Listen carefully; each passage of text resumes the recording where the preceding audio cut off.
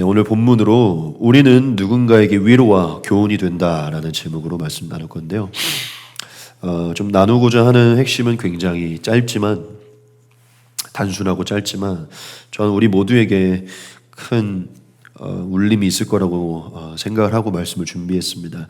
제가 아까도 얘기했지만 오늘 제가 1절부터 17절까지의 본문 말씀을 읽었지만 사실은 이 본문 자체를 가지고 설교를 하는 것도 너무 은혜가 되고 내용 자체가 우리에게 너무 소망이기 때문에 이 내용 자체로 사실 설교하고 싶은 마음이 있었지만 사실 오늘 본문 중심의 이 내용을 가지고 설교를 하진 않을 거예요. 제가 왜 이 본문을 골랐는지는 여러분들이 듣다 보면 알게 될 것입니다. 오늘 이 본문의 내용을 나누고 싶긴 하지만 이 본문의 내용이 아니고 이 본문을 제가 묵상하면서 느낀 것을 여러분들에게 같이 나눌 것입니다. 그래서 본문에 나온 텍스트는 나누지 않겠지만 그 본문 속에서 더 크게 주신 뭔가를 한 가지 나누려고 해요. 그래서 제가 오늘 말씀 본문을 묵상을 하면서 오늘 제목에 관한 교훈이 떠올랐거든요. 우리는 누군가에게 위로와 교훈이 된다라는 이 감동이 왔어요. 그래서 이 부분을 신약 성경의 연대별로 계속 나아갈까 하다가 이걸 못 이겨서 제가 이 말씀을 준비를 했는데 무엇인지 여러분과 같이 좀 다루도록 하겠습니다.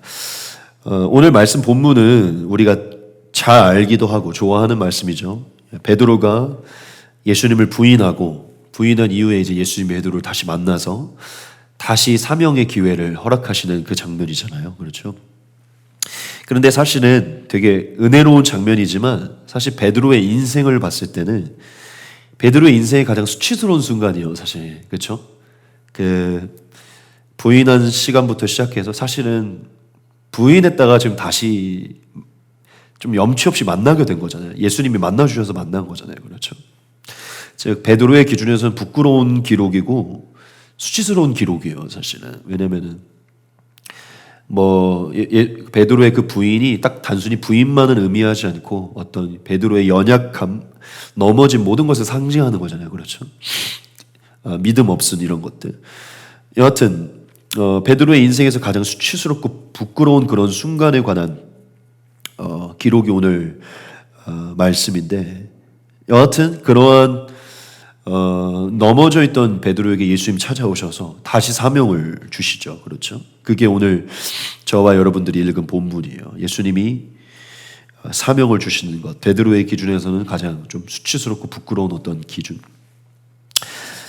일단 그래도 우리가 본문을 읽었으니까 본문에서 우리가 좀 다시 한번 그래도 기억하고 가야 할 중요한 하나의 은혜의 포인트는 짚고 그냥 넘어갑시다. 다른 걸 얘기할 거긴 하지만 오늘 제가 이 내용을 설교하진 않을 거지만 본문을 읽으면서 제가 느꼈던 것과 여러분께 나누고 싶은 것은 진짜 예수님은 우리의 넘어짐 앞에 진짜 책망하지 않는다는 것이에요.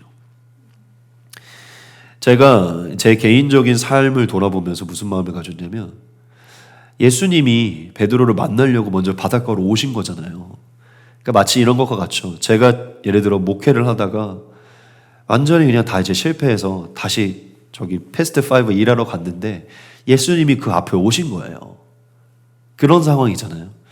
그러니까 제가 수치스럽고 부끄러운 상황 속에 놓여 있을 때 예수님은 언제나 말없이 그 앞에 오신다는 것이죠. 그리고 예수님이 하신 말의 첫 마디가 그거잖아요. 당연히 물고기를 잡으라는 것도 있지만 예수님이 이걸 알고 난 이후에 같이 식사를 하자. 이게 예수님의 첫 마디잖아요. 은혜가 많이 되더라고요. 하나님, 예수님은 내가 넘어지고 실패하고 뭘 하더라도 다시 대면해서 편안하게 식사하는 분위기를 만들어 주신 분이구나. 은혜가 많이 되더라고요. 그게 개인적으로.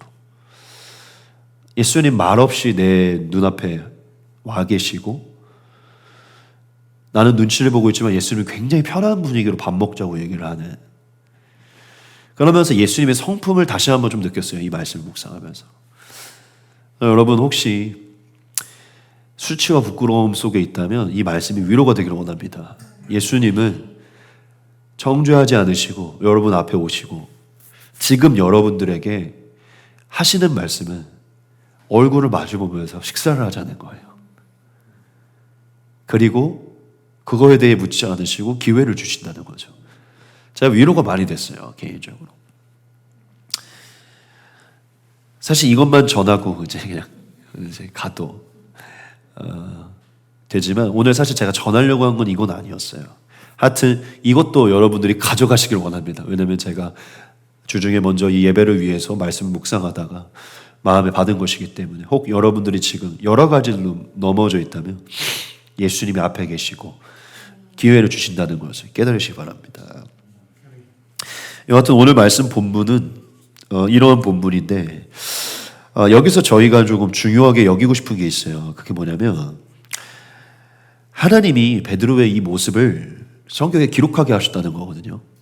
베드로가 부인을 하고 부인해서 모르겠다 이러고 이제 일하러 갔다가 이제 예수님 오셔서 극적으로 만나게 된 이 사건을 기록하게 하셨다는 거예요. 여러분, 사실 베드로 자신은 베드로 죽기 전에 막 이제 마가랑 누가랑 막 요한이랑 성경 기록하려고 막 하고 있었을 거 아니에요. 그럼 베드로 자신은 이 기록을 빼고 싶었을까요? 안 빼고 싶었을까요? 은근히 빼고 싶었을 수도 있어요. 그렇죠? 왜냐하면 나름 수제자고 제일 이렇게 명성을 얻어야 되는 제자인데 사실 제일 쪽팔리게 부인한 거잖아요. 사실 베드로는 이 기록이 빠지기를 원했을 수도 있어요. 그렇죠? 그리고 사실 하나님 기준에서도 이걸 빼는 게 좋을 수도 있어요. 왜냐하면 멋있는 모습들만 딱딱딱 올려놔서 우리한테 너네 다 이렇게 살아 라고 교훈할 수 있잖아요. 그러니까 사도들의 흠 말고 좋은 모습만 기록해서 이렇게 교훈할 수 있잖아요. 그러니까 하나님 기준에서도 사실은 이걸 빼는 게 어떻게 보면 더 영광스러울 수도 있어요. 어떻게 보면 좋은 모습들만. 근데 하나님이 베드로의 이러한 스토리를 기록하게 하셨다는 것이죠. 왜 기록하게 하셨을까요? 일단 첫 번째 이유는 진짜 있었던 일이고 예수님이 하신 일이니까 이제 기록을 하신 거겠죠. 베드로가 진짜 그런 일을 했기 때문에, 사실이기 때문에. 그런데 그게 있지만 더 근원적인 이유는 저는 이거라고 생각해요. 앞으로 이 성경을 보는 우리로 하여금 위로와 교훈을 주기 위함입니다. 위로와 교훈을 주기 위함이에요. 여러분, 저와 여러분들이 이 사건을 보면서 아마 베드로를 정죄하지 않을 겁니다. 그렇죠? 100명 중 1명 정도는 정죄할 수 있겠죠. 막 성령 충만해서 믿음이 너무 좋아서 어떠한 막 죄를 범하지 않고 그렇다면 이 베드로 왜 이랬을까라고 정죄할 수 있지만, 거의 대부분의 크리스찬이라면 이 베드로의 사건을 보면서요, 베드로를 정죄하지 않아요. 도리어 하나님 안에서 무너졌던, 하나님을 떠났던 나 자신에게 이 말씀을 위로로 삼죠. 예수님 나를 동일하게 대할 것이고, 이러한 나에게도 예수님 베드로에게도 그러셨던 나에게도 새로운 기회를 주실 것이다 라는 마음을 갖게 된다는 것이죠. 즉 소망, 위로, 교훈을 얻게 된다는 것이죠. 하나님이 이것을 기록한 것은요, 저와 여러분들에게 위로와 소망을 주시기 위함이에요. 여러분, 우리가 한 번만 생각을 해봅시다. 뭐냐면 만약에 성경에 이 사건이 없었다면, 이 베드로와 같은 이 수치와 부끄러움을 가진 이 사건 속에 예수님이 이것을 회복시킨 이 사건이 기록되지 않았다면, 우리가 인생을 살아가면서 예수님을 믿고 살아가면서 수치와 부끄러움에 놓이게 됐을 때 우리가 어디서 위로와 소망을 얻을 수 있을까요? 이 사건이 만약에 없었다면 어디서 우리가 깊은 위로와 교훈을 얻을 수 있냐는 것이죠. 우리가 아마 이러한 사건이 없었다면, 모든 게 다 완벽했다면 위로를 얻을 수 없었을 거예요. 가장 위대했던 제자였죠, 베드로가. 근데 이 베드로의 기록을 봤더니 단 한 점의 실수도 없고 다 완벽했다면 모든 다른 제자들도 다 완벽한 거예요. 그냥 예수님 만난 이후로는 다 완벽한 거예요. 그럼 우리 어디서 위로를 얻을 수 있을까요? 비교 의식만 느끼고 열등감만 느낄 뿐 어디서도 위로를 얻을 수 없고 교훈을 얻을 수 없을 겁니다. 진짜 개빡세게 가야겠구나, 이 교훈 말고는 어떠한 위로를 얻을 수 없다는 것이죠. 무슨 얘기냐면 아무런 소망도 발견할 수 없다는 거예요. 그냥 어리석은 나 자신만 한탄하고 좌절하고 낙심하는 게 그냥 다일 겁니다. 성경은 이런데 난 왜 이러는가, 그렇죠? 근데 하나님이 이 베드로의 사건, 이 베드로의 넘어진 사건, 그리고 이 넘어진 이후에 예수님이 그에게 하신 것과 그 이후에 또한 베드로가 어떻게 회복해서 영광스럽게 변했는지를 보여주시면서 저와 여러분들에게 뭘 주냐면 위로와 교훈을 주는 것이에요. 즉 하나님은 우리에게 위로와 교훈을 주시기 위해 이런 흠을 기록하셨다는 것이죠. 여러분, 하나님은 베드로의 넘어짐을 허락하셨고요. 또한 그 연약함을 기록하는 것도 허락해 주셨어요. 이거는 장차 모든 이들에게 베드로의 삶이 위로와 교훈이 되기 위함입니다. 여러분, 제가 이 사건을 묵상하면서 이것을 깊게 느꼈어요. 그게 뭐냐면, 여러분, 우리가 예수님을 믿고 난 이후에 모든 게 완벽하지 않잖아요. 그렇죠? 인생에서 허락된 어떤 실패, 좌절, 넘어짐, 연약함, 수치, 부끄러움, 낙심, 낭만, 고난, 시련, 이 모든 게 있잖아요. 그렇죠? 여러분, 제가 이 말씀을 묵상하면서 느낀 게 뭐냐면, 우리의 인생에서 우리가 경험하는 모든 실패, 좌절, 낭망, 낙심, 모든 수치, 부끄러움, 고난, 시련은요, 결국 우리의 삶에 허락된 그 모든 것은 누군가에게 또다시 위로와 교훈이 된다는 거예요. 제가 오늘 말씀 묵상을 하면서 느낀 게 그겁니다. 우리의 삶에 허락된 고난과 시련은 반드시 또 다른 누군가에게 위로와 교훈이 된다는 거예요. 특별히 우리가 동일한 어려움을 겪는 이들에게 위로와 교훈이 된다는 겁니다. 우리가 베드로의 삶을 보면서 위로와 교훈을 얻죠. 누군가 우리가 이 시간을 겪고 지나간 우리의 삶을 보면 누군가 우리의 삶으로 또한 위로와 교훈을 얻게 될 것이에요. 근데 여기서 중요한 게 뭐냐면 그 모든 시간들을 결국 하나님 안에서 잘 이겨낼 때, 잘 극복할 때 위로와 교훈이 된다는 것입니다. 그것이 다 지난 이후에 우리가 정말 하나님 안에서 그 시간들을 잘 이겨냈을 때 결국 위로와 교훈이 된다는 것이죠. 그리고 우리가 또 한 가지를 알 수 있는데 그게 뭐냐면 하나님께서는요, 더 많은 사람들을 품고 더 많은 사람들을 이해하며 더 많은 사람들에게 우리의 삶으로 위로와 교훈을 주는 그런 위로와 교훈의 통로로 도구로 사용하려고 하는 사람에게는요, 반드시 뭘 허락하시냐면 실패와 고난과 시련을 허락하신다는 거예요. 다시 한번 강조하게, 더 많은 사람을 품고 더 많은 사람을 이해하고 본인의 삶으로 더 많은 사람들을 위로하고 교훈하려고 세우려는 그 통로에게는 더 많은 실패와 좌절과 고난과 시련을 허락하신다는 거예요. 왜냐? 그 삶이 결국 많은 이들에게 위로와 교훈이 되기 때문이죠. 저는 이 단어를 쓰고 싶은데 반드시 필수적으로 들어온다는 것입니다.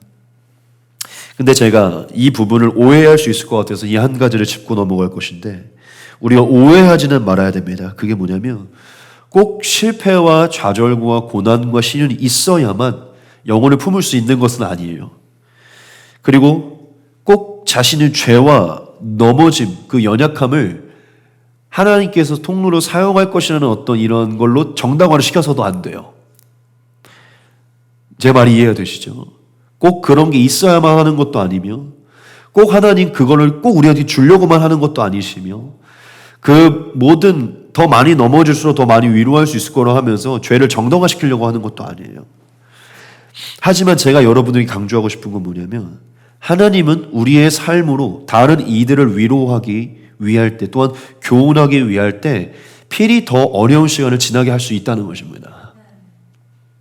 제가 이게 어떤 의미인지를 여러분들에게 더 풀어드릴게요. 정말 간단한 예이지만 우리의 눈이 많이 열리게 될 것입니다. 여러분, 우리가 간단하게 하나만 생각을 해봅시다. 여러분, 만약에 우리의 기준이 되시는 예수님이 지금의 예수님이 아니라 굉장히 다른 예수님이었다면요, 우리는 우리의 인생에서 특별히 고난의 시간 속 어디에서도 위로를 얻을 수 없었을 겁니다.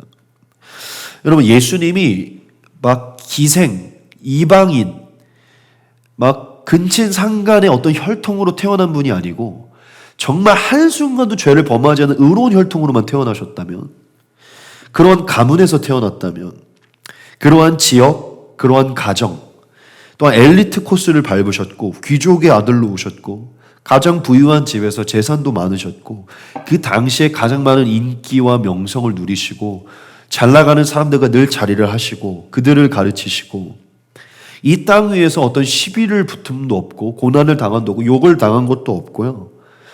마지막까지 죽음의 고난 없이 그냥 하나님의 진리만을 가르치고 하늘로 떠나셨다면, 여러분 만약에 우리가 기준으로 삼는 예수님이 그런 분이었다면, 자, 우리가 그 예수님을 믿고서 살아가는 이 인생 속에서 우리의 인생에 고난이 찾아올 때 우리 어디서 위로를 얻을 수 있을까요? 우리의 인생에 고난이 찾아올 때 어디서 위로를 얻을 수 있냐는 것이죠. 예수님을 믿고 살아가면서 막 고통이 다가오고 재정적으로 어렵고 세상에서 환난을 당하고 또한 그거 다 떠나서 흙수저로 태어나서 늘 환난을 당하고 외모도 모두 다 별로여서 막 멸시와 천대를 당하고 늘 소외되는 삶을 살았어요. 인생 자체가. 어디서 위로를 얻을 수 있을까요? 만약 예수님이 그러한 분이 아니었다면, 여러분 한 번만 생각을 해보십시오. 위로를 얻을 수 있는 곳이 없어요. 예수님이 고난받으신 가장 비천하고 천박한 대우를 받고 가장 낮고 가장 고난받는 모습으로 오지 않았다면, 우리가 예수님 안에서 그런 인생의 고난을 겪을 때 어디에서도 위로를 얻을 수가 없어요. 왜냐? 예수님도 안 그랬으니까. 근데 우리가 어디서 위로를 얻습니까? 우리의 인생에 고난이 찾아올 때 어디서 위로를 얻냐는 것이죠. 딱 하나예요. 이 예수님이 똑같이 받으셨다. 이 고난을. 이 고난을 예수님이 똑같이 받으셨다. 아니, 두세 배는 더 받으셨다.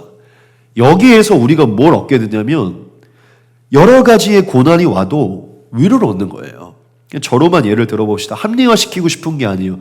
저의 어떤 죄 때문일 수도, 저의 미성숙한 부분일 수도, 저의 목회에 뭐가 부족해서, 저의 설교가 저의 뭐가 때가, 여러 가지 일로 저의 원인 때문에 이 목회가 안 될 수 있어요. 고난스러울 수 있어요. 제가 막 이 목회가 고난스러워서 난 왜 이러지 할 때 제가 어디서 위로를 얻을 수 있을까요? 저보다 예수님이 더 고난을 받으신 거예요. 근데 만약 예수님이 그렇지 않았다면 제가 어디서 위로를 얻을 수 있을까요? 위로를 얻을 수 있는 곳이 없어요. 왜냐? 지금 내 상황은 너무 잘 나가시던 예수님과는 너무나 판이하기 때문에. 우리가 어디서 위로를 얻냐면 우리보다 훨씬 더 극심하게 고난과 시련을 당하신, 멸시와 천대를 받으신 예수님이 계시기 때문에 이 세상에서 우리가 고난을 받고 멸시와 천대를 받아도 위로를 얻을 수 있는 거예요. 예수님이 가장 낮은 존재, 가장 낮은 상황에서 고난을 받으셨기 때문에, 그분이 가장 낮고 가장 낮은 상황에 처하지 않았다면 여러분 절대로 우리는 예수님으로부터 위로를 얻을 수 없습니다. 즉 예수님이 품을 수 있는 사람은 적다는 거예요. 그러한 상황 속에 놓인 모든 사람들이 예수님을 보면서 위로를 얻을 수 없습니다. 만약 우리가 예수님과 다른 모습이 처해졌을 때 우리는 비교의식을 느끼고 열등감을 느끼고 막 이럴 거예요. 아, 예수님은 부유하셨고 인기가 많았는데 내가 지금 가난하고 인기가 없는 거, 그러면 무슨 마음을 갖겠죠? 이건 하나님의 뜻이 아니다. 빨리 이걸 극복해내야겠다. 이건 하나님의 저주다. 난 지금 예수님의 뜻에서 멀어져 있다 하면서 어떻게든 돈을 많이 벌거나 인기가 많은 사람으로 가고 싶어 하겠죠. 어디서도 안정과 위로를 얻을 수 없이 그걸 따라가려고 하겠죠. 그렇죠? 여러분, 우리가 위로를 얻는 유일한 곳은 예수님의 고난입니다. 예수님이 고난의 최전방에 있었기 때문에 우리가 모든 인생의 고난 속에서 위로를 얻는 거예요. 어디까지 위로를 얻죠? 우리가 죽음의 시간이 다가왔을 때도 위로를 얻을 수 있죠. 죽음의 시간이 다가와도 우리는 거기서 위로를 얻는다는 거예요. 왜냐하면 예수님이 이미 죽었다가 부활하셨으니까. 먼저 죽었다가 부활하셨으니까 그분의 삶이 우리에게 위로가 된다는 것이죠. 여러분, 하나님은 뭘 아셨냐면 예수님을 믿고 난 이후에도, 예수님이 오셔서 복음을 전하고 돌아간 이후에도 이 세상에는 수많은 죄악과 고난과 시련이 있을 것을 예수님은 알고 있었어요. 인간 안에 우리가 아무리 예수님을 믿었다고 하더라도 미움이, 시기가, 음란이, 거짓됨이, 뭐 여러 가지 죄악들이, 그리고 넘어짐, 연약함, 방해, 시험, 결핍, 우상숭배, 고난, 환난, 실패, 좌절, 이런 게 있을 것을 누가 아느냐면 예수님 다 알고 있었어요. 즉 예수님을 믿고 난 이후에도 이 세상 속에 고난스러울 것을 예수님은 알고 있었다는 것이죠. 그래서 하나님이 그러한 모든 이들에게, 이 길을 가는 모든 이들에게 위로를 주기 위해서 위로의 통로로 선택한 딱 하나가 있는 게, 그게 뭐냐면 예수님이 누구보다 고난을 받게 만든 거예요. 예수님을 고난받는 중, 고난의 최전방에 세워주셔서 가장 위대한 고난을 받게 하심으로 그와 다른 더 미약한 고난을 받는 우리를 위로하게 하신 거예요. 이 고난이 완전히 사라지지 않을 것이기 때문이죠. 여러분, 하나님이 예수님을 고난받는 종으로 보낸 것은 엄청 큰 지혜입니다. 모든 이들을 위로할 수 있게 하기 위한 지혜라는 것이죠. 모든 이들을 이해하고 품을 수 있게 만든 지혜라는 것이에요. 여러분, 이것은 사도들의 삶도 마찬가지입니다.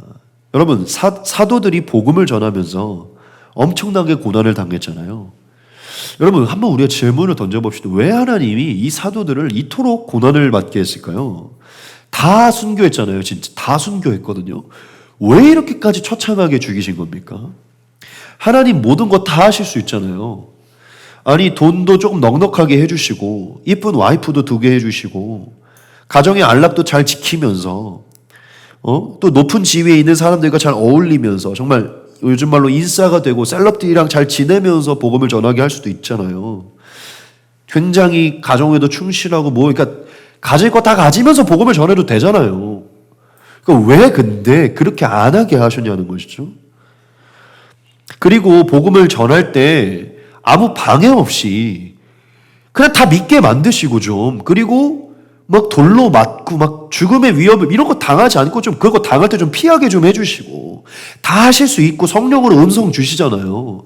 근데 왜 가끔은 초자연적으로 건져 주시지만 왜 그런 상황에서 왜 안 건져 주냐는 것이죠. 저도 가끔 그런 의문을 가졌었어요. 왜 하실 수 있는데 왜 이렇게까지 매를 맞게 하시고, 아니 바울을 그렇게 사용하실 거면 좀 피하게 해주시지, 피할 때도 있게 해주시지만 왜 결국 이렇게 만드시는가. 여러분들도 한번 생각을 해보셨을 거예요. 왜 환난에서 건지지 않고 그냥 놔뒀을까. 그리고 왜 그걸 기록하게 하시고, 그런 좀 더 효율적으로 전하게 좀 해주시지. 어차피 복음 전하는 게 하나님 뜻이라면 좀 막히지 않고 해주시지 왜 그렇게 하시는가.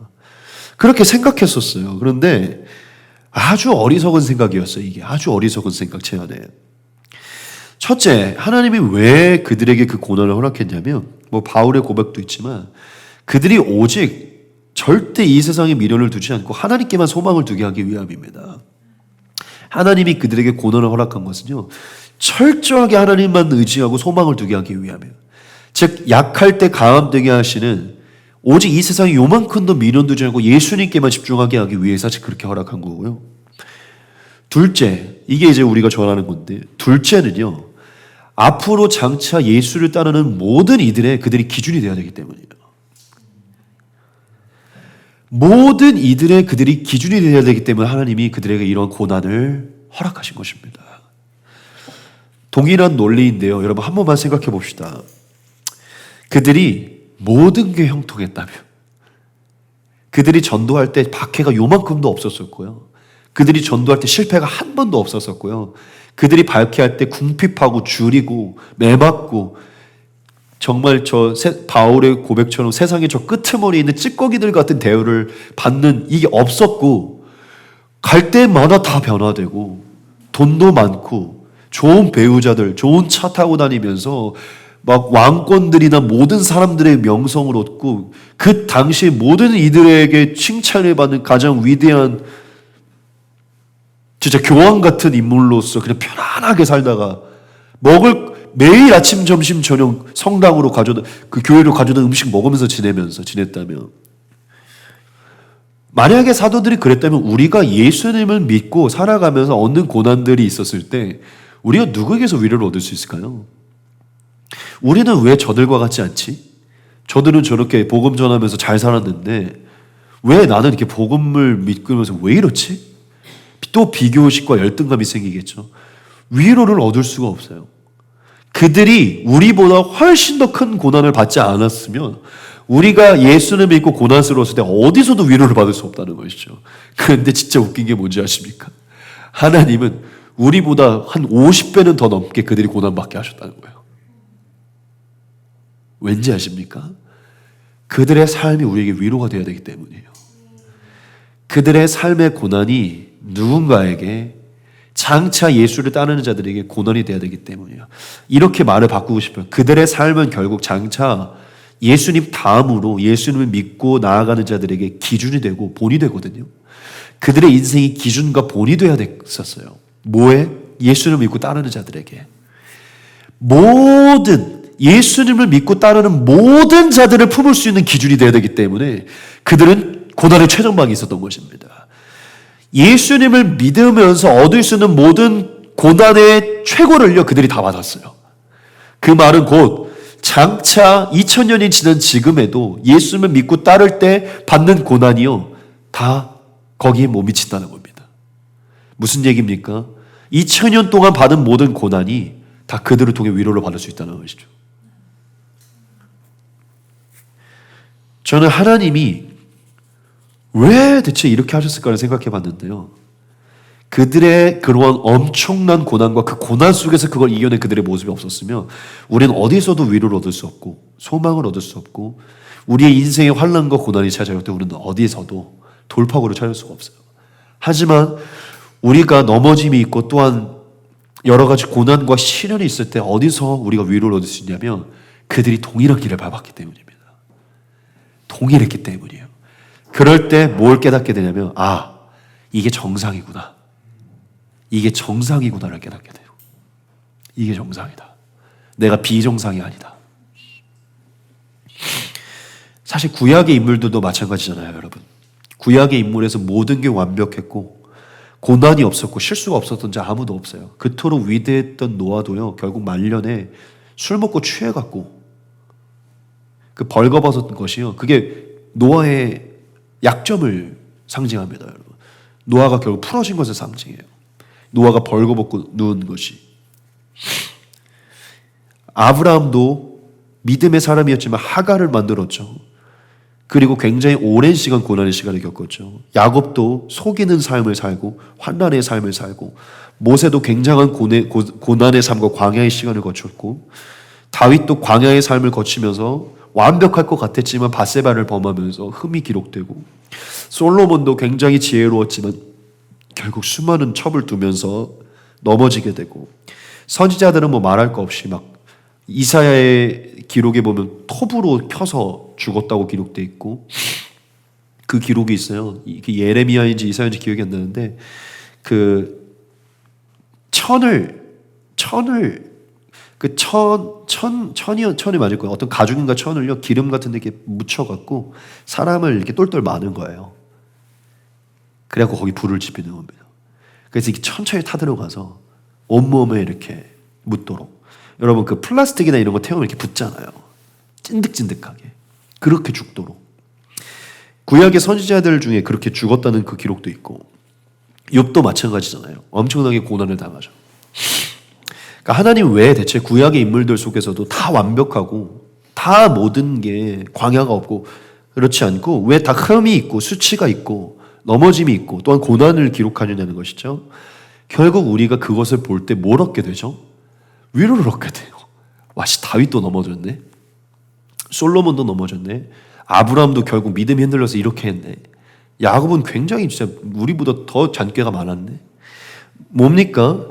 이 예수님 안에서 잘 살아가고 싶은데 신음하게 되는 우리의 삶에 위로와 교훈이 되는 거예요. 그들의 삶이. 하나님이 그들의 그것을 기록하고 허락하심으로 인해서. 여러분, 예수님의 고난이 없었으면, 사도들의 고난이 없었으면, 구약의 모든 선지자들의 삶에 고난과 흠이 없었으면 우리는 어디서도 위로를 얻을 수 없었어요. 하나님은 그 모든 것을 허락하시고 기록하심으로 그들의 삶을 우리에게 위로와 교훈으로 삼은 것입니다. 우리를 위로하기 위해 그들을 고난의 자리에 허락해 주셨다는 것이죠. 당연히 첫째는 그들을 가르치기 위함이지만 둘째로 그것은 우리에게 교훈이 된다는 것이죠. 여러분, 저는 저는 오늘 여러분들에게 이 한 가지의 진리를 굉장히 깊게 새기고 좀 정리하고 마치고 싶은데요. 여러분, 우리가 오늘 이 진리를 깨달아야 됩니다. 그게 뭐냐면 하나님은요, 기준이 되고 본이 되는 사람, 즉 기준과 본으로 세우려는 인물에게는요, 더욱 필히 반드시 고난을 허락하신다는 겁니다. 그들이 기준이 되어야 되기 때문이에요. 많은 이들의 위로와 교훈의 본이 되어야 되기 때문에 그들을 세상적으로 높이지 않을 것입니다. 그게 어디서 증명되냐면 예수님의 삶과 사도들의 삶이에요. 모든 인류의 기준으로 두신 예수님이 무엇으로 본이 되셨냐면 고난으로 본이 되신 것입니다. 모든 인류의 본이 된 사도들은요, 고난으로 본이 됐어요. 돈도 명성도 인기도 사역의 크기도 아니에요. 그들이 충성됨과 고난을 통해 본이 된 것입니다. 여러분, 우리가 이 진리를 깨달아야 돼요. 예수님은 기준으로 세우고 본으로 세우려고 하는 사람에게 고난을 더하신다는 겁니다. 저는 이것을 진실로 느껴요. 그게 뭐냐면 하나님이 많은 이들에게 위로와 교훈의 통로로 세우려고 하는 사람들에게 더 많은 것들을 경험하게 하실 거라는 것입니다. 그 대상이 많은 걸 경험해야 그의 인생을 통해서 다른 이가 위로를 얻을 수 있기 때문이에요. 그 많은 시련과 어려움과 경험 속에서 나온 그 말이 그 대상에게 위로가 될 것이기 때문이죠. 여러분, 만약에 제가 목회자인 제가 이따가도 언급하겠지만 꼭 하나님이 그렇게 하실 거라는 건 아니에요. 제가 만약 모든 것에서 뛰어나다면, 여러분, 모든 것에서 다 뛰어나요. 그럼 제가 기준이 되겠죠, 여러분. 그렇죠? 그러면 예수를 믿으면 어려움이 없어야 되는구나. 예수를 믿으면 꼭 저는 좋은 데서 살아야 되는구나. 예수를 믿으면 통장에 늘 돈이 넉넉해야 되구나. 예수를 믿으면 늘 사람에게 이렇게 칭찬을 받으면 셀럽들이랑 지내야 되는구나. 기준이 되겠죠, 제가. 그게 나쁘다는 건 아니에요, 여러분. 문제가 뭐냐면 그렇지 못한 사람들에게 저는 비교의식의 대상이 될 거예요. 제가 성경을 보면서 느낀 게 뭐냐면 하나님은 기준이 되고 진짜 본으로 세우려고 하는 사람에게 낮추시고 고난의 자리를 허락하셔서 많은 사람들을 품을 수 있게 만든다는 겁니다. 왜냐하면 그가 그러한 시간을 겪을 때 위로를 줄 수 있고 교훈을 줄 수 있고 많은 이들이 그 대상에게서 진짜 깊은 위로를 얻을 수 있기 때문이에요. 근데 제가 아까도 강조했지만 다시 한번 강조하는 것은 이것은 절대적인 기준은 아닙니다. 아까도 얘기했지만 고난이 없어도 세상을 품을 수 있어요. 고난이 없어도 위로 줄 수 있어요. 그리고 하나님이 꼭 고난을 주시기를 원하는 것도 아니에요. 그리고 누군가를 위로하고 교훈이 되기 위해 꼭 더 심한 죄를 범해야 되는 것도 아니고 더 심한 과거가 있어야 되는 것도 아니에요. 난 이러한 죄와 이런 과거가 있어서 널 더 위로할 수 있어. 꼭 이런 방법으로만 위로할 필요도 없어요. 즉 제가 말하는 건 죄와 넘어짐, 실패를 정당화시키라는 건 아닙니다. 난 이렇게 죄졌고 이렇게 넘어졌는데 이건 나를 더 높은 기준으로 세우려고 하나님이 뜻이구나 라고 이렇게 정당화시키라는 것도 아니에요. 저는 이런 맥락에서 얘기하는 게 아닙니다. 그런데 제가 예수님을 보고 사도들을 보니까요, 진짜 기준과 본으로 삼으려고 하는 자들에게 고난을 더하신다는 겁니다. 무슨 얘기입니까? 마냥 편하게 두지 않는다는 거예요. 모르겠어요. 우리에게 예수님과 사도들만큼 주시진 않겠어요. 왜냐하면 결국 우리가 또 기준이 되지. 결국 기록된 말씀이 기준이긴 하니까. 그런데 많은 이들에게 참된 영향력을 끼치려고 하는 자들에게는 예수님의 길을 걷게 할 거라는 거죠. 예수님과 사도들의 길을 걷게 할 것이라는 겁니다. 그게 기준이 돼야 되기 때문에. 이것은 고난을 정당화시키라는 것도 꼭 고난이 있어야 된다는 것을 얘기하지 않아요. 하지만 제가 성경을 보면서 느낀 게 구약의 모든 인물들, 예수님과 그 이후의 사도들의 모습을 다 예수님의 길을 갔어요. 그리고 그 삶이 결국 많은 이들에게 위로가 된 거예요. 광야에 놓였던 때, 고난에 놓였을 때, 질병에 놓였을 때, 모에 놓였을 때 위로가 된 것이에요. 아, 저게 정상이구나.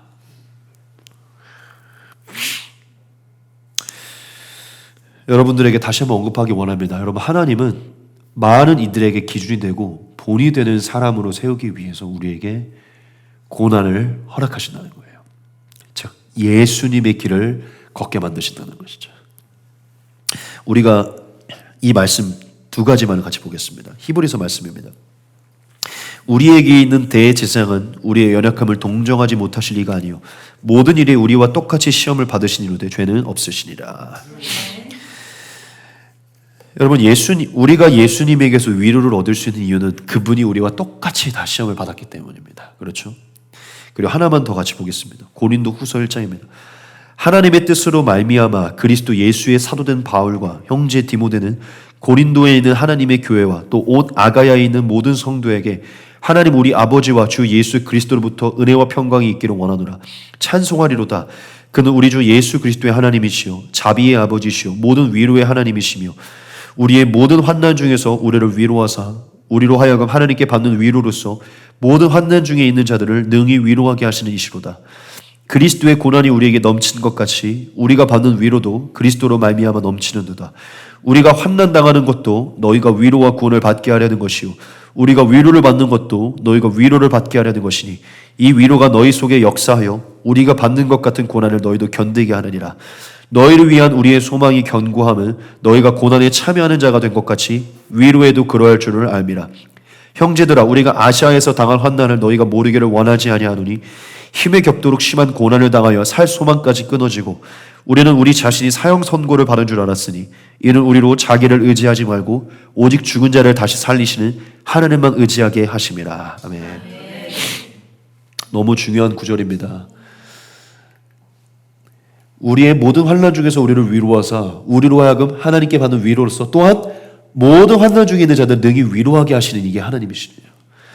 예수님의 고난이 우리에게 넘친 것, 옛날에 한번 제가 설교했죠. 예수님의 고난이 우리에게 넘친 것 같이 그분의 고난이 가분한 것처럼 그 고난으로 말미암아 우리가 받는 위로도 그리스도로 고난으로 넘친다는 거예요. 그분의 고난 때문에 위로받는. 자, 우리가 환난을 당하는 것도 바울과 이 사도들이 환난을 당하는 게 많은 성도들이 위로와 구원을 받게 하려는 것이라는 것이죠. 우리가 위로를 받는 이유도 예수님의 고난을 통해 위로를 받는 것도 결국 너희가 동일하게 위로를 받아야 된다는 것입니다. 그걸로. 이 위로가, 이 그리스도로 말미암은 위로가 너희 속에 역사해서 다른 것으로 위로받지 않고 이 위로로 우리가 받는 것 같은 고난을 너희도 견디게 한다는 것이죠. 그리고 제가 아까 얘기했죠. 바울과 많은 사도들이 모든 극심한 고난 속에 있는 이유는요. 다시 살리시는 하나님만 의지하게 하려는 게 하나님 뜻이라는 것이에요. 바울이 그걸 깨달았다는 거예요. 여러분, 바울이 고백합니다. 내가 받은 고난은 결국 너희를 위로하기 위함이다. 내가 고난받았기 때문에 너희의 고난이 위로를 얻게 된다. 여러분, 이제 말씀을 마치도록 할게요. 이 말씀을 꼭 전하고 싶었는데 지금 현재까지의 저와 여러분들에게 있었던 어떠한 넘어짐, 수치, 연약함, 과거, 고난, 시련, 여러분 어떤 게 있었든지 간에요. 하나님께 감사하시기 바랍니다. 그것은 반드시 저와 여러분들의 삶에 마치 오늘 말씀 본문의 베드로와 같이요. 누군가에게 반드시 위로와 교훈이 될 것이에요. 여러분들이 그것을 예수님 안에서 하나님을 의지하여 넘어가 여러분들이 변화되게 될 때요. 또한 이제 여러분들이 만나게 되고 스치게 될 또한 여러분들이 영향력을 끼칠 많은 이들에게 위로와 교훈이 될 것입니다. 여러분들이 더 많은 이들을 품고 더 많은 이들을 이해하고 옳은 길로 인도하는 그 기준과 본이 되는데 지금 가지고 있는 그 과거들이요. 필수 과정이 될 것이에요. 하나님은 지금 여러분들에게 허락된 그 고난, 시련, 그 과거들, 그 모든 것들을 통해서요. 뭘 하고 계시냐면 그릇을 넓히고 있는 것입니다. 많은 이들을 위로할 수 있는 그릇을 넓히는 거예요. 많은 이들을 바라볼 수 있는 눈을 넓히고 그릇을 넓히고 있는 것입니다. 여러분들이 그들보다 더 많은 시련과 고난 속에 놓여져 있었을 때 또한 그것은 하나님 안에서 하나님의 방법으로 극복했을 때요. 장차 그 길로 따라올 많은 이들을 위로할 수 있게 되는 것입니다. 할렐루야. 하나님은 지금 저와 여러분들의 눈과 마음과 그릇을 넓히시는 거예요. 위로의 능력치를 넓히고 있다는 것이죠. 그러므로 여러분들에게 어떤 과거가 있었든 수치가 있었든 지금 현재 어떤 어려움과 고난이 있든 감사하시기 바랍니다. 그것은 하나님이 우리를 기준과 본으로 세워가시고 있는 거예요. 옳은 길로 인도하고 있다는 것이죠. 다만 아까 제가 얘기한 것처럼 정당화시키지 않는 그 선에서 우리의 죄와 우리의 내 실수로 인한 실패들을 정당화시켜서는 안 되죠. 하지만 하나님 안에서 얻는 고난이라면 베드로의 고백처럼 선을 행하면서 얻는 고난이라면요, 여러분 기뻐하시기 바랍니다. 여러분들의 그 모든 것들이 위로가 될 것이에요. 그리고 오늘 베드로의 사건처럼 우리의 수치와 죄악으로 인한 것들도요, 반드시 위로가 될 것이에요. 베드로의 그 수치스러운 과거가 우리에게 위로가 되듯이 여러분들의 넘어짐은 결국 누군가에게 살리는 위로가 될 것이에요. 하나님의 자비를 보여주는 통로가 될 것이라는 것이죠. 할렐루야.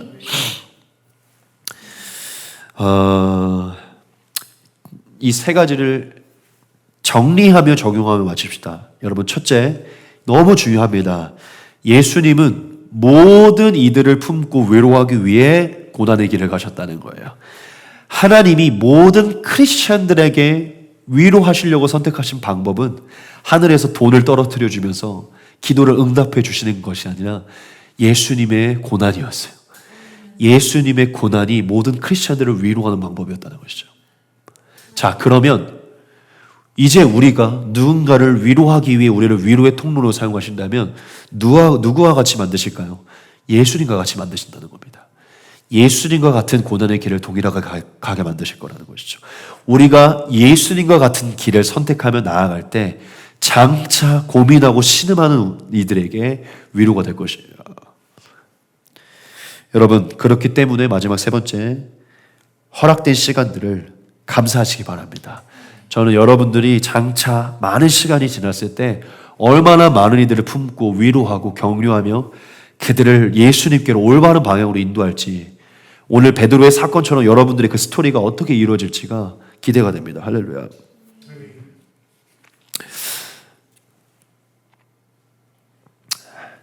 시간이 많이 지났는데 제가 마지막 이 말씀 세 가지를 보고 마치려고 사실 가지고 왔어요. 그냥 보고 마칠게요. 왜냐하면 이게 바로 바울이 우리를 위로한 방식이기 때문이거든요. 같이 보고 마칩시다. 우리가 이후에 이 시간들을 지나고 나서 이러한 동일한 고백을 통해 누군가를 위로할 수 있기를 바랍니다. 우리가 이 보배를 질그릇에 가졌으니 이는 심히 큰 능력은 하나님께 있고 우리에게 있지 아니함을 알게 하려 함이라. 우리가 사방으로 우겨싸움을 당하여도 쌓이지 아니하며 답답한 일을 당하여도 낙심하지 아니하며 박해를 받아도 버림받지 아니하며 거꾸로 트림을 당하여도 망하지 아니하고 우리가 항상 예수의 죽음을 몸에 짊어지면 예수의 생명이 또한 우리 몸에 나타나게 하려 함이라. 우리 살아있는 자가 항상 예수를 위하여 죽음에 넘겨짐은 예수의 생명이 또한 우리 죽을 육체에 나타나게 하려 함이라. 아멘. 곧바로 뒤에 16절 18절입니다. 그러므로 우리가 낙심하지 아니하노니 우리의 겉사람은 낡아지나 우리의 속사람은 날로 새로워지도다. 우리가 잠시 받는 환난에 경한 것이 지극히 크고 영원한 영광에 중한 것을 우리에게 이루게 함이니 우리가 주목하는 것은 보이는 것이 아니요 보이지 않는 것이니 보이는 것은 잠깐이요 보이지 않는 것은 영원함이라. 이 고린도 후서가 계속해서 이런 환난 중의 위로를 선포합니다. 6장입니다. 우리가 이 직분이 비방을 받지 않게 하려고 무엇에든지 아무에게도 거리끼지 않게 하고 오직 모든 일에 하나님의 일꾼으로 자천하여 많이 견디는 것과 환난과 궁핍과 고난과 매맞음과 갇힘과 난동과 수고로움과 자지 못함과 먹지 못함 가운데서도 깨끗함과 지식과 오래 참음과 자비함과 성령의 감화와 거짓이 없는 사랑과 진리의 말씀과 하나님의 능력으로 의의 무기를 좌우에 가지고 영광과 욕됨으로 그러했으며 악한 이름과 아름다운 이름으로 그러했느니라. 우리는 속이는 자 같으나 참되고 무명한 자 같으나 유명한 자요 죽은 자 같으나 보라 우리가 살아있고 징계를 받는 자 같으나 죽음을 당하지 아니하고 근심하는 자 같으나 항상 기뻐하고 가난한 자 같으나 많은 사람을 부유하게 하고 아무것도 없는 자 같으나 모든 것을 가진 자로다. 네. 이게 바로 바울이 우리를 위로하는 방법입니다. 그리고 우리의 인생에 이러한 고백이 있으므로 여러분들도 우리의 인생으로 누군가에게 위로와 교훈이 되기를 소망합니다. 여러분, 우리가 예수님의 길을 따라 나아가 우리의 과거와 또한 지금 현재 얻는 모든 이 고난들을 우리가 잘 견뎌낼 때 우리의 삶이 누군가에게 반드시 위로와 교훈이 될 줄 믿습니다.